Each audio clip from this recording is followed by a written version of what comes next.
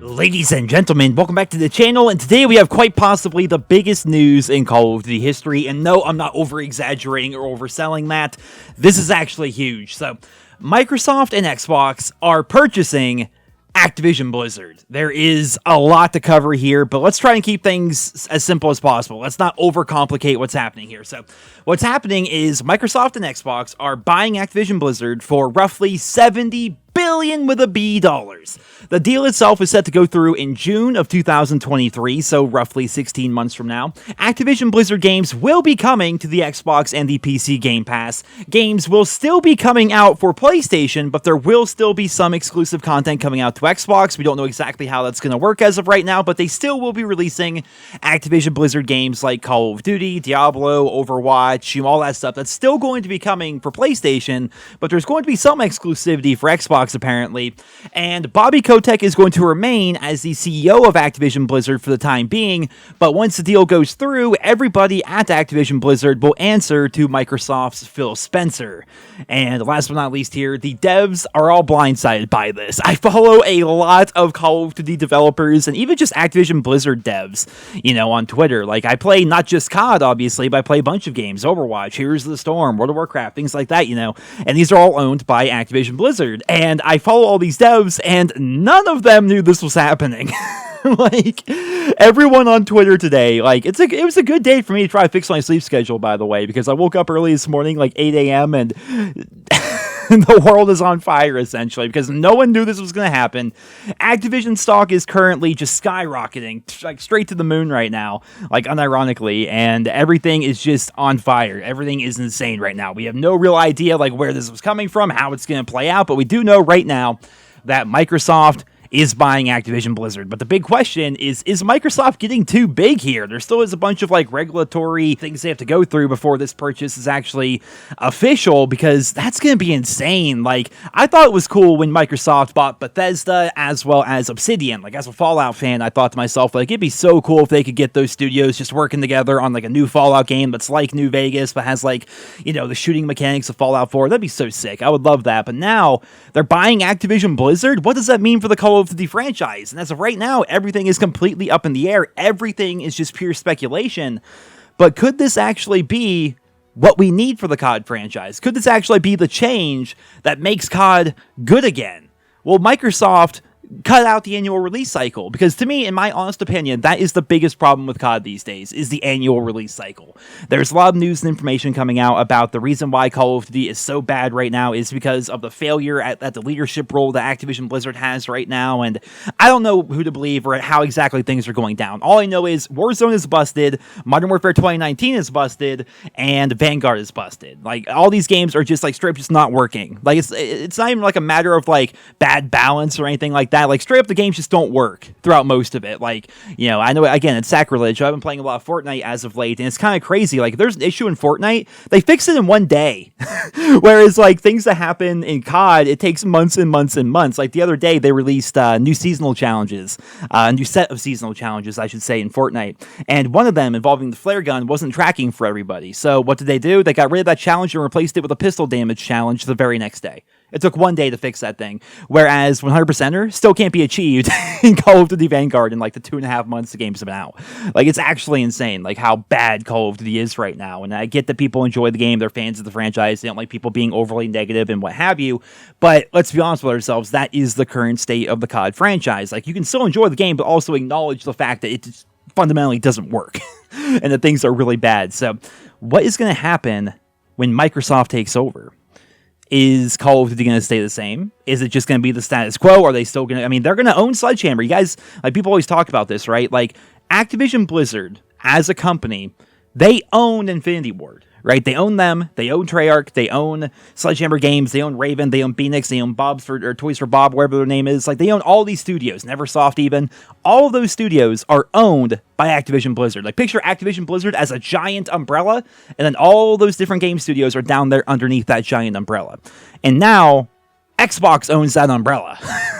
So the question is, are they going to continue on with these annual COD games, like it's been for like the last 15 years or so, where the quality just keeps going down and down and down? Or is Microsoft going to be like, okay, we're going to take a year off here. What we're going to do is we're going to super update. You know, if you really think about it, now is like the perfect time. You have Cold War, you have Warzone, you have Modern Warfare 2019, and you have Vanguard all together, right? You have a World War II game, you have like a, you know, an 80s themed game kind of with Cold War, then you have a modern game, you have Warzone that kind of like pulls them all together. You have these three big games. They all have a, you know, big player bases. They've all sold a lot, you know, best-selling games every single year, this, that, and the other thing. Now would be the perfect time to say, you know what? We're going to take another year or two. We're just going to update these three games along with Warzone, continue on, make it so your progression actually matters, and make it so the games are actually complete and actually work. And then we're going to release, you know, whatever's going to be coming next from Treyarch and Infinity Ward and stuff like that in the future. Like, that would be so sick, obviously. But, you know, that's like this idealistic world that, you know, we come up with in our heads, and I doubt things are actually going to play out that way. But it would be, you know, something that could happen. It's something that would actually be very good for the COD franchise, in my own personal opinion, for them just to stop with, you know, have Vanguard be the last game to come out for a while, and then go back and continue to update Modern Warfare 2019 and Cold War. Apparently new cosmetics and stuff are going to be coming to Cold War. Maybe some new zombie stuff is coming to Cold War. I don't know. I have no idea what's happening right now, but this could actually be a big turning point in the history of the Call of Duty franchise. Like, I would say the last time we had something like this happen would maybe be back during, what would it be, like Call of Duty Ghosts, when we found out that Sledgehammer Games was going to be making the next COD, which turned out to be Advanced Warfare. That was a pretty big deal, because before that, it was, you know, Infinity Ward Treyarch, Infinity Ward Treyarch, Infinity Ward Treyarch, and out of nowhere, they're like, yeah, so Sledgehammer's making the next one. We're all like, what? Oh, and by the way, we have exosuits. We're like, what? It was just kind of crazy. And then before that, I mean, maybe when the original Infinity Ward team all left during the Modern Warfare 2 life cycle and then formed Respawn Entertainment, like, that was another big breaking point in the COD franchise. Like, we're at a really weird fork in the road right now. Microsoft is taking over. Things could actually be changing a lot. Or they might not change at all, and I have to wonder what's going to happen for PlayStation fans. I mean, they've gone pretty in-depth saying that PlayStation's going to be just fine, I feel like, in all their press releases and stuff like that. Like, the games are still going to come to PlayStation, this, that, and the other thing. But I imagine if there is going to be any, like, exclusivity for the COD franchise going forward, it's going to be for Xbox, which sucks. You know, it shouldn't go to anybody. And, see, part of me wants to, like... Okay, I always try to be objective, right? Especially when it comes to COD news and stuff like that. And objectively, the best thing for COD fans is no exclusivity, right? Exclusivity punishes a majority, like half your player base, essentially, for playing their game on the wrong piece of plastic, essentially. Exclusivity is stupid. It sucks. It always has sucked. But I have to just say, I do get a little bit giddy when I think about all those people that, like, you know, just bang their drums for the console wars, how much they fanboy over their consoles and stuff like that, because there's so many people that do that for both Xbox and PlayStation.